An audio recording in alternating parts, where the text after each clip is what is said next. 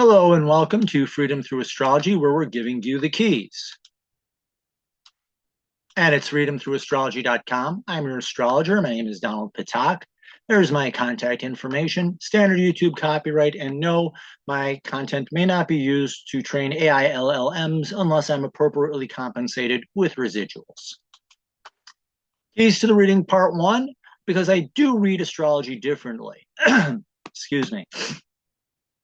A little bit of a cold. I use what's called constellation-based astrology, sometimes called true sidereal astrology. It's astrology by the visible sky. Tropical astrology fixed the signs to seasons back around 200 AD. What happens is that we have what's called precession of the equinox, which, based on the wobble of the Earth, says that the constellations are going to change slowly. So I am seeing the sky differently. I'm actually seeing the sky closer to the way an astronomer would see it.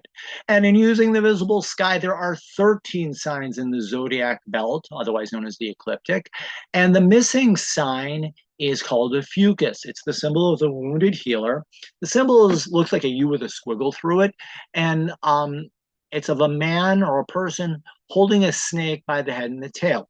In ancient times, the snake symbolized knowledge. So this person is holding a snake.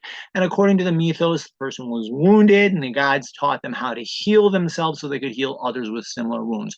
So it is the symbol of the wounded healer. And along with the visible sky, I use the natural size of the constellations. There are some astrologers who try to make each constellation the same exact sign. They're not. They're all different sizes. Virgo is huge at just under 50 degrees. Aries barely hits 25. And you're going to notice this week when we get to the lunar transits, we're going to fly through a couple of them very quickly because they are relatively small. And I also use astrological midpoints as opposed to the IAU boundaries. The IAU boundaries can force stars from one constellation into a different constellation. Athan Shementi noted this with the stars of Scorpio being shoved into a fucus. So what he did was he looked at the zodiac belt, last bright star of one constellation, first bright star of the next. What's the halfway point? And it works fairly well across the whole of the zodiac belt. I like it. I think it's more accurate. Keys to the reading part two. I interpret using evolutionary astrology, which says that these are lessons to learn. The transits you're going to hear about are lessons. There's some astrologers who are very fatalistic. This can only mean one thing. These planets are good, these planets are bad. In the way I read, all the planets, all the constellations, they're teachers with lessons for you to learn. And within that, you have freedom of choice. You can choose the high road or the low road. I call it the ideal and the shadow, but you have freedom of choice, and I honor and respect that. Having said that, this is the weekly edition. So these are the universal lessons for everyone. Everyone's facing these transits. Some people have a harder time than others. So do have some compassion on your fellow ground pounders, earth travelers, whatever you want to call them. Dates and times are based on the Eastern US time zone, as I do live outside of Buffalo, New York. I'm operating within 1 degree of exact. That makes these transits much more manageable to work with. I can go wider, but there are some weeks that get so overwhelming, and if I'm overwhelmed, you're lost. And could make some weekly readings incredibly long. Excuse me, this cold is just really bothering me. And the software I'm using is Capricorn by Prometheus, and all interpretations are my own based on, I write them out by hand. I do have a notebook that I scratch everything out on. So, hold on.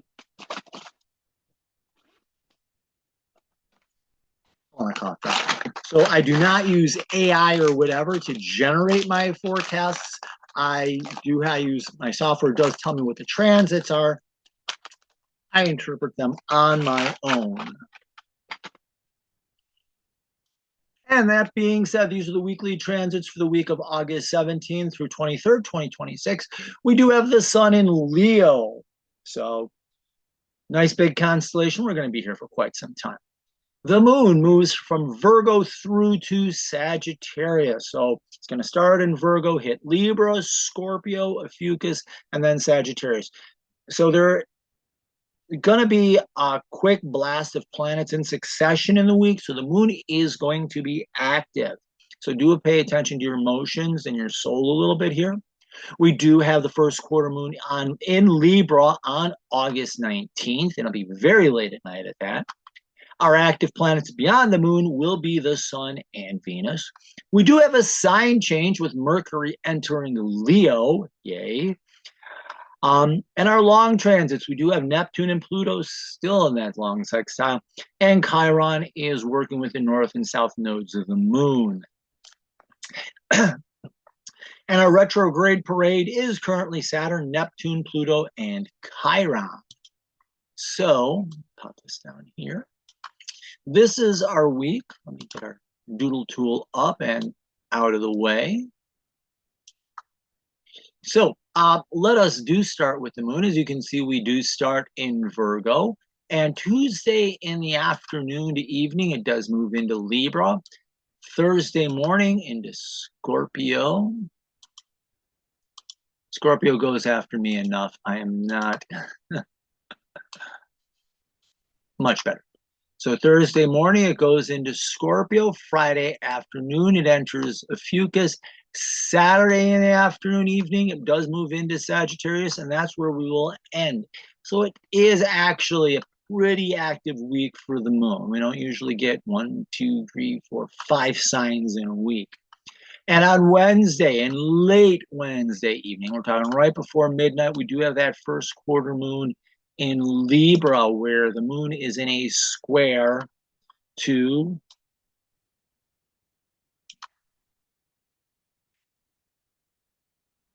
the sun. Now, that being said, we do have this dotted line. Everything above the dotted line is old transits. Everything below are new transits. So as you can see, we do have some transits ending. Mercury trine Saturn, Venus sextile Jupiter, and Mars squaring Neptune. Those are ending. We still do have the long transits of Neptune and Pluto and Chiron being transited by the nodes of the moon. And that leads us to the new week. And our featured planet is going to actually be the sun, number 1, because of the transits that it is making 3 of the 4 new transits that we have. And secondarily, we do have Venus. It does have an old transit and a new transit. I could throw Mercury in there very easily because we do have Mercury trining Saturn, and then it is also entering Leo. Could pop that in there very easily. I chose not to this week for some reason, but yes, Mercury will be playing a role here-ish. And in the beginning of the week, outside of the first quarter moon, we have a pretty quiet, like Monday just with the transit, with the sign change. Tuesday, quiet. Wednesday, we have that first quarter moon. And it's not until we get to Thursday, Friday, and Saturday that we do have this sort of crescendo in transits, these transits building up. Friday being kind of the busy day with the sun and the nodes, and then we get the moon moving into Ophiuchus. And then Saturday we have the sun in Chiron and the moon moving into Sagittarius. So all in all, a relatively more or less stable week-ish. Not as active as last week was and some of the other weeks we've had. So now let me close this out and show. Gotta go here. And my hand is still, oops, we have to boop this up a little bit. Come on, you can do it. There we go. My hand still goes numb when the finger still goes numb when I use it too much. So I'm not doing the individual slides. I really did try, but after like half an hour, I only had like 3 or 4 slides done. So I gotta find something to do. Okay, so let us begin. We will start with the long transits, go to the transits that are ending, and then we will go to the new transits, and that will include the lunar transits. So we do have the infamous, these are both retrograde, Neptune and Pluto, Neptune sextiling Pluto. A sextile is a sense of interest. It's 60 degrees. So it's a sense of interest. And this is retrograde. So this is all internal work. This is also about reflection. Neptune in Pisces, you know, the great lesson of Neptune in Pisces, don't just do something, be there. Be present, be aware. And in reflection, are you being aware of yourself? Are you paying attention to yourself? Are you paying in this moment? And the sextile, like I said, is an interest of Pluto in Capricorn. Pluto is the planet of transformation, deep healing, soul healing, I could say. And retrograde, that is internal. So you're reflecting on the work of transformation. And in Capricorn, that's what it's about. It's about doing the hard work, taking on the challenge. Capricorn is an interesting planet or an interesting constellation because it's the sea code. It's the seal, living in water, inspiration. And it's half goat, taking that inspiration and making it reality, bringing it into the hard physical world. So it's taking that inspiration to heal and transform and bring it into the real world. Are you doing that work? Are you taking the time for it? And with this retrograde, this is all inner work. So you're asking yourself the question: am I being present? Am I being present and aware? How is that helping me with the work of transformation? How is that inspiring me in my transformation? The shadow here, Neptune in Pisces, gets lost in idle fantasies, daydreaming, trying to numb itself to the pain of reality in the world that it's in. Sextile, sense of nervousness. And then Pluto in Capricorn. Pluto gets fixated on darkness, cynicism, nihilism. You know, that borrowed the line from Ecclesiastes 3, meaningless, meaningless, everything is meaningless. That's on a good day. And then in Capricorn, it gets caught up in loneliness and isolation. So as you're getting lost in these idle fantasies, leaves you more deeply wounded, cynical, lonely, and isolated. Our second series of long transits deals with the nodes of the moon, here and right here. Now, this one is kind of interesting. Normally, it's a planet aspecting the nodes, but in this case, because of the transits involved, or the speed of the transit involved, it's the nodes transiting Chiron. Does the node circle on its path that involves the contact with the ecliptic? A little over 18, around 18 and a half years. I think it's 18.6 years.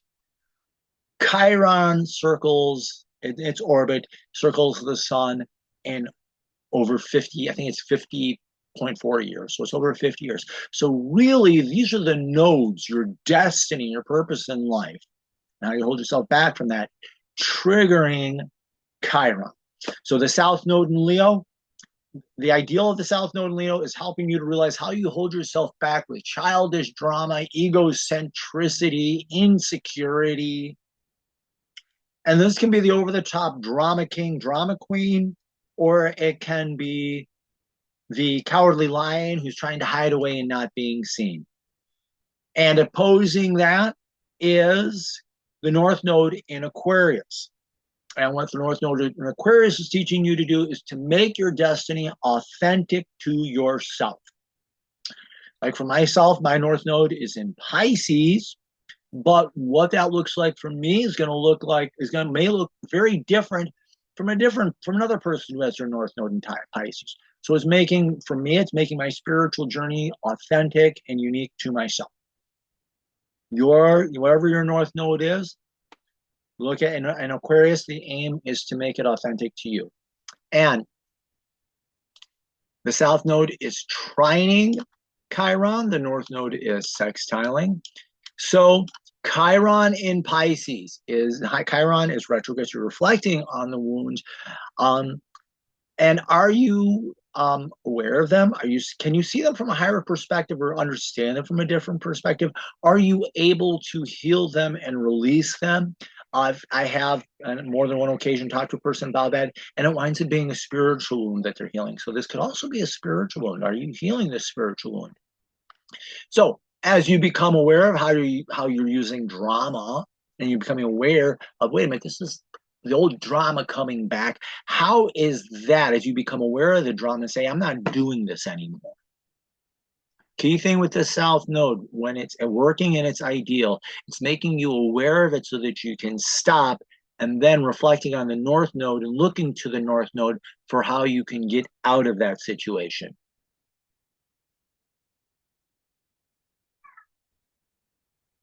Okay, one of my cats is crying because it's lonely.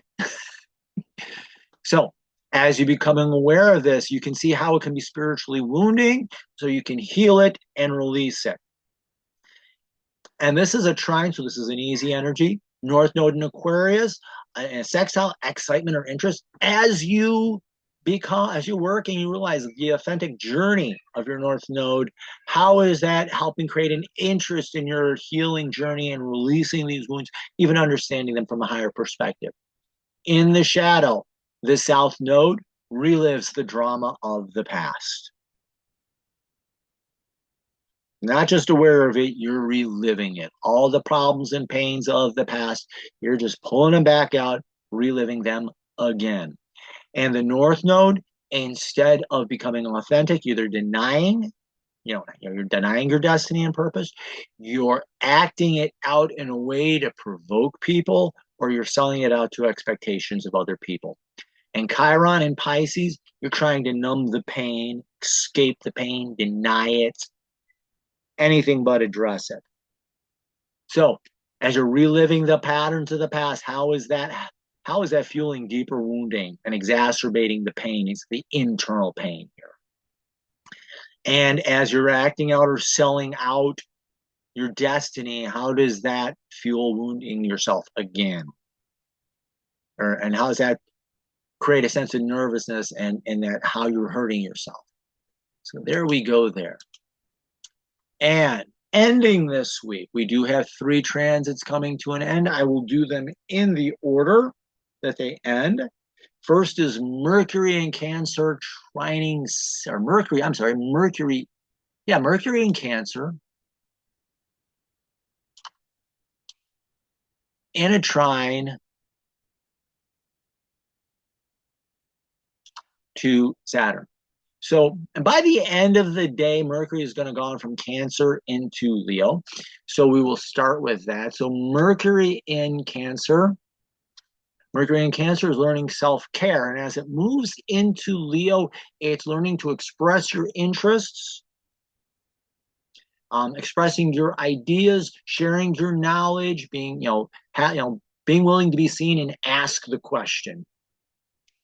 I work as a librarian, and as a school librarian, I tell my students, if you don't know the answer to your question, ask it. Somebody else is probably going to have the same one.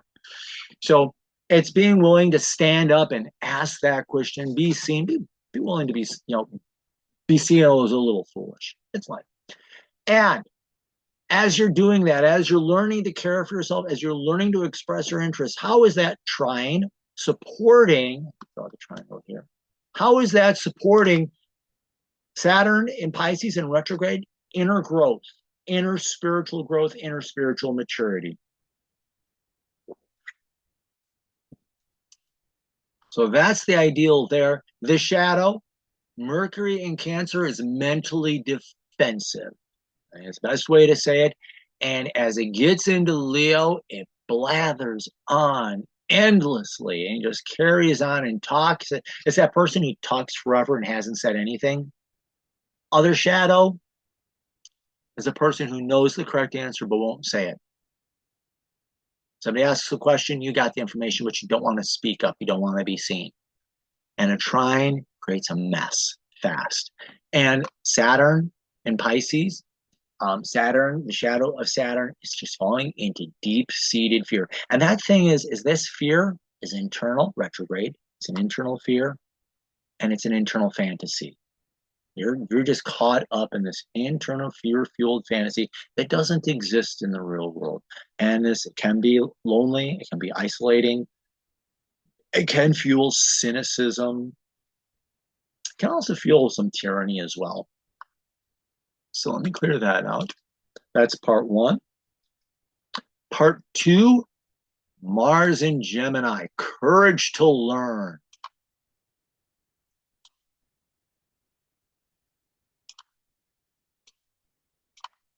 In a square to Neptune in Pisces. I've got a square over here. Like I said, Mars in Gemini, best thing to learn, best thing, courage to learn, courage to speak. A square is a challenge. And it's a challenge whose purpose is to strengthen you. Neptune in Pisces, internally. Are you paying attention to yourself? Are you being present and in the moment? So as you're having that courage to learn, how is that strengthening your ability to be present and in the moment and even more self-aware? The shadow, falling into fear, being disorganized, being distracted. Now, fear can come across as anger. It can come across as cowardice. And the other shadow here, another one I can throw out there, is words that wound. And you can hurt yourself, you can hurt other people. And this is intentional. The square is a stumbling block and a crushing burden. And it's crushing the spirituality. You're living in this idle fantasy. Whatever you're reacting against doesn't exist only up here. Only in your misconception of the world around you. Words that wound, that become a crushing burden in response to this idle fantasy that you're catching yourself up in. And last but not least is we have Venus sextiling Jupiter. Venus in Virgo. Where's Jupiter? Jupiter in Cancer. A lot of sextiles this week. Who do I have here? Okay, this is Onyx. I have Kit on my lap, and this is little Onyx. He actually is all black with the exception of a little white mark on his belly. And he's getting on my notes, so I just got to move him. So Venus in Virgo, sextiling Jupiter in Cancer. That was your kitten commercial. Venus in Virgo is improving your skills with your relationships, also improving your skills in creativity, and also can be having fun. I've seen it presented that Venus is how you take a break and have fun. So you could go with there. Sextile is a sense of interest. And Jupiter in Cancer is the opportunity to rest, opportunity to nurture yourself, care for yourself. So how, as you're becoming more skilled in your relationships, how is this helping you care and nurture for yourself? How can this be, a sign of self-care? The shadow, Venus, can be very slick, manipulative, and lazy. So this can be with other people. This can be in the creativity. Instead of writing out the story, you plug a prompt into AI and spit that out, do a little editing. Ooh, look what I made. So it's looking for the shortcuts that actually don't exist. The sextile is, again, a sense of nervousness. Jupiter in Cancer, the shadow of Jupiter is a crisis in confidence. So it can be overconfident or underconfident. And in Cancer, it becomes defensive. And remember, the crab's got claws. So crisis of being overconfident and taking swipes at people. It can also be that person who's underconfident. Underconfident people can still take swipes, but they're more backhanded and under the table, or they can try to hide away and be invisible. So as you're trying to manipulate and control people, or speak, or just being fake, how is this fueling a crisis of confidence and defensiveness? And those are the old transits. So on Monday, whoops, I gotta close this out. for the end of the day Monday.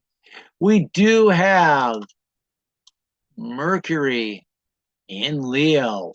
Mercury in Leo. Mercury is about learning and communication in Leo. Speak up. Be willing to stand up, speak up, be seen. Present your information, present your ideas. This can be spoken. This can also be written. Look at the different ways that you can communicate. So it is about learning. Stand up and ask the question about what you want to learn. Be bold enough to go out and say, I want to learn about and do it. But also, you're willing to share the information that you have. The shadow. Mercury can be mental scatterbrain, lost, mentally unfocused, can be nervous, distracted. And in Leo, Leo is either the drama king, drama queen. So it's placing all this, like I said, it's that person who just continually talk without saying anything. We all know someone like that. I'm not going to tell you what the CB term is. Might not make it through the YouTube censors. Yeah, YouTube does censor, believe it or not. So, and in Leo, it's that person who just talks endlessly without saying anything, or it's that person who won't speak up at all, even though they have that answer. So he keeps themselves shut up, shut down, don't wanting to be seen. Yeah, I know the answer. We all know that kid who did their homework all the time. The teacher said, who's got their homework done? Everybody kind of side-eyed him, and he's like, nobody else did it. I don't want to be picked on anymore for whatever reason. So that's what we're dealing with. Learn to develop the self-confidence to stand up, be seen, and speak up. Okay. I feel like I talked too long there. Whoops. Perfect example of the shadow of Leo. Tuesday. Oh, I forgot to talk about the moon in Virgo is developing emotional skills, emotional intelligence. As the moon and in the shadow, it's holding itself to unrealistic expectations, which can be really, really hard to deal with. And it can be a bit of a control freak. As the moon enters into Libra, if Virgo is a sign of doing work, Libra tells you to take a breath and take a pause. Calm down and learn how to reconnect emotionally. Let life and its situations be ambiguous. Life doesn't have to make sense. It's an air sign. This is learning to emotionally go with the flow. Let others feel what they need to feel, and you feel the way you want to feel. In the shadow, this is being indecisive and wasting time away on indecision and poor decisions, which leads to bad outcomes. So we began the week in Virgo. We're now in Libra. And end of the day, I think, yes, Wednesday. Oh man, we are like so close there. Good enough for government work. Nope. We have the moon in Libra in a square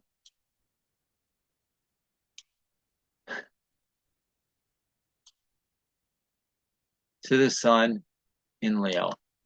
So moon in Libra, you're learning to pause. The sun in Leo is learning to stand up and be seen. And a square is a challenge. And with the sun in Leo, you're learning to express, who you really are at heart.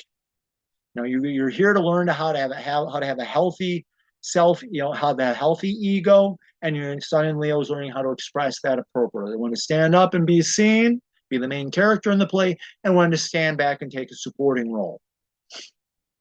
You're learning to be confident enough to do that. So the challenge here is emotionally knowing when you're okay to stand up and be seen. And it's like, you know what, right now I could use a break, so I'm just going to stand down and let somebody else carry the ball. Or okay, you know what, I've got something to say. I can say it, but I don't have to be center stage. I can play the supporting character. What else do I have here? Yeah, see how taking a break and seeing situations from different perspectives can strengthen your ability to express yourself to others and appropriately. And learn to see the quiet time as a time to recharge yourself so that you can be more present and be able to express yourself more clearly. The shadow square is a crushing burden. And with the moon in Libra, indecisive. And with the sun in Leo being egotistical, you're not sure how to present yourself, when to present yourself, say the wrong thing, do the wrong thing at the wrong time. And this can be whether you're playing the drama queen out, upstaging everyone, or trying to hide away when you really should be the ones being center stage. So this indecision and indecisiveness is just helping you to make bad choices about the way you're presenting yourself to the world. Clear all drawings, close. Thursday. Okay, that's the 21st. There we go. So we do have Venus in Virgo, opposite Saturn retrograde. Now, Venus in Virgo, we said, was developing, becoming more skilled in your relationships, becoming more skilled in your creativity, and even having fun. An opposition is a time of balance and a time of reflection. So as you're becoming more skilled in your relationships and creativity, you're reflecting on Saturn in Pisces, and it's internal, so it's retrograde, so this is internal. And Saturn in Pisces, spiritual maturity. So how are you, as you're developing relationship skills, how is this helping you to grow, mature spiritually? How is being more creative helping you to mature spiritually? Or even having fun? The shadow here is being slick, manipulative. Please don't touch the computer again. Being slick, manipulative, lazy. How is this fueling that, that fantastic fear and the fantasy-based fear that's inside you? You're not living in reality, you're living in this fantasy, and it's fear-based, and it's just ruining your life. And earlier in the day, early in the afternoon, we also have the moon in Pisces, or the moon not in Pisces, the moon in Scorpio. Time to face emotional truths and emotional depth. And be willing to face unsettling truths and your deeper moods. Be honest with yourself and face the intense emotions. You know that you can handle them. The shadow of the moon in Scorpio is that a well-known, foul, rotten mood that makes situations in life more complicated than they need to be. And avoid reacting in situations to what's not there. Close this out. Friday. Oops. Yep, there we go.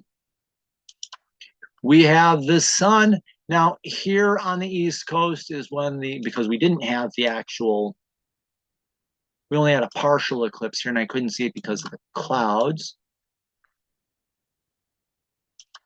We have the sun conjunct the south node opposite the north node. So conjunct the south node, you're becoming aware of how you've held yourself back with drama, childish drama, egocentricity. You're becoming aware of that. You're focused on that. It's right in your face. No denying it. This is how I've held myself back in the past with childish drama. You're reflecting on how you get out of that. Make your authentic purpose in life. The shadow here, instead of hold on a second, stuttering. I do stutter. The shadow here is you're reliving the drama of the past on center stage. Everybody's aware of it. And this is whether you're the drama queen and drama king up in stage center demanding to be seen, or you're just trying to hide away from everyone and not wanting to be seen. And the opposition is a power struggle. It's like a tug of war. And not only as you're playing out the drama, you're screwing with your destiny, either doing stuff to get a reaction from people, giving the power away, or not wanting it to be seen at all, letting others define it. And then we also have the moon in a fucus. Here, you're learning to heal yourself emotionally. So open yourself up to emotional healing and to teachers and people who can help you learn how to heal. And in this way, you can serve as an inspiration from others and gain the wisdom to know when to heal someone, when to help, and when to let go. The shadow of the moon in a fucus is emotionally wounding yourself, wounding it worse, not wanting to heal, and using the knowledge that you have to hurt others and on a deep level, emotional level.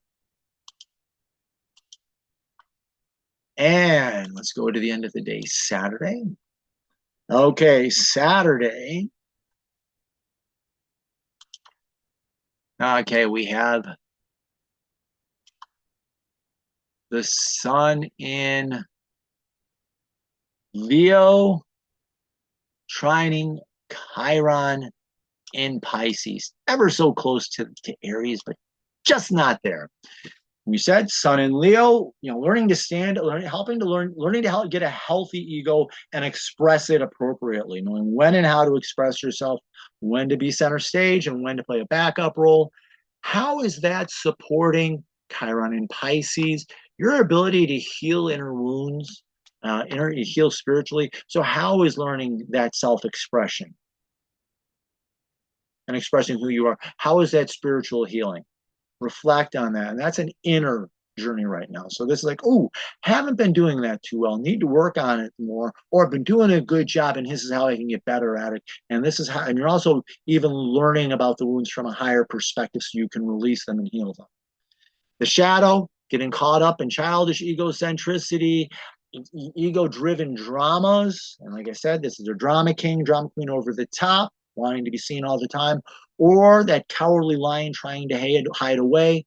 Trine, slippery slope downhill into deeper internal wounding, hurting yourself, not healing. In fact, you might even be hurting others.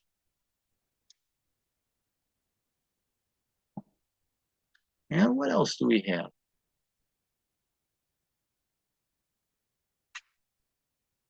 Oh, the moon enters Sagittarius. I thought I had, oh, that's right. We had this little blip here with the North Node or the South Node in Chiron. I covered that when I covered the South Node in Chiron, so not worried about that. With the moon in Sagittarius, the moon, your emotional self, Sagittarius likes to get up, go out, and have fun. The moon in Gemini will go to the library and read about amusement parks and how roller coasters are designed. The moon in Sagittarius says, screw that. Let's ride the roller coaster or the Ferris wheel or whatever. Moon in Virgo wants to get up, go out, and experience life. Try something new, fresh, adventurous, looking out for opportunities to have fun and enjoy yourself.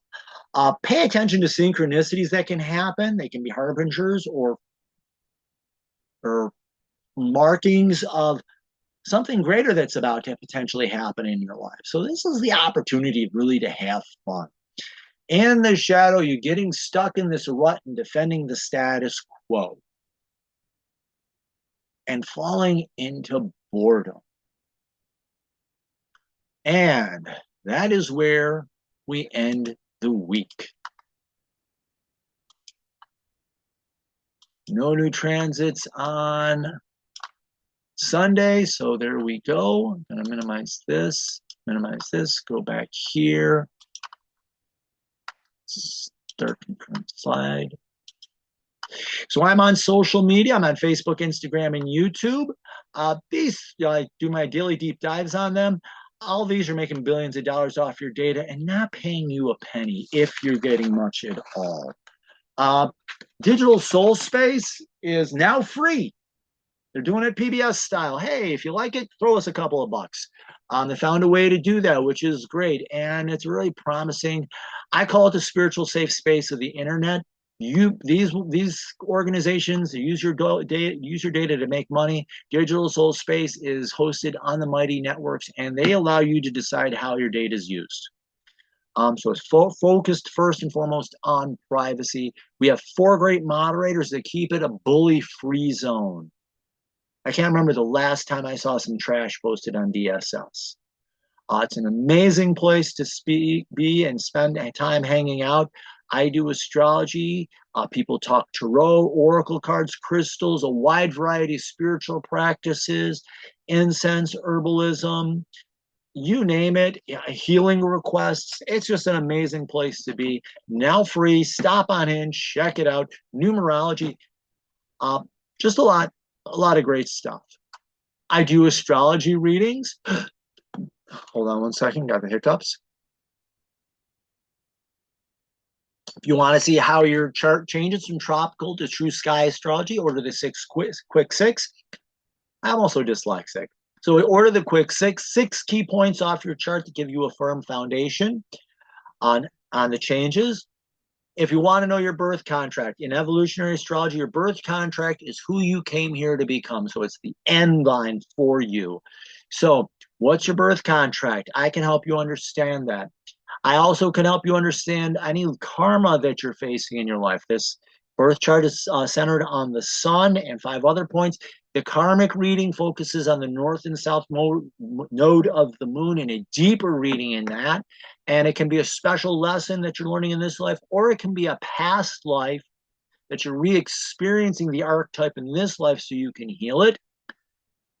I do horoscopes any year, any 12 months in a row, any 3 months in a row, or any 1 month. And that can be new moon to new moon, first of the month to last of the month, or any 30-ish days in a row. I do packages and closing out the summer hours before I go back to school. So summer hours are available from now through August 28th, 2026. So thank you. Like, follow, share, sign up for the newsletter. You go on my website, you'll get a pop-up on his email address for a once-a-week newsletter where I do give you all this information and other insights and discounts that I don't post anywhere else. So do like, follow, share, sign up for the newsletter, and remember, in the visible sky, your life changes. Thank you very much, and have the best week possible. Thank you.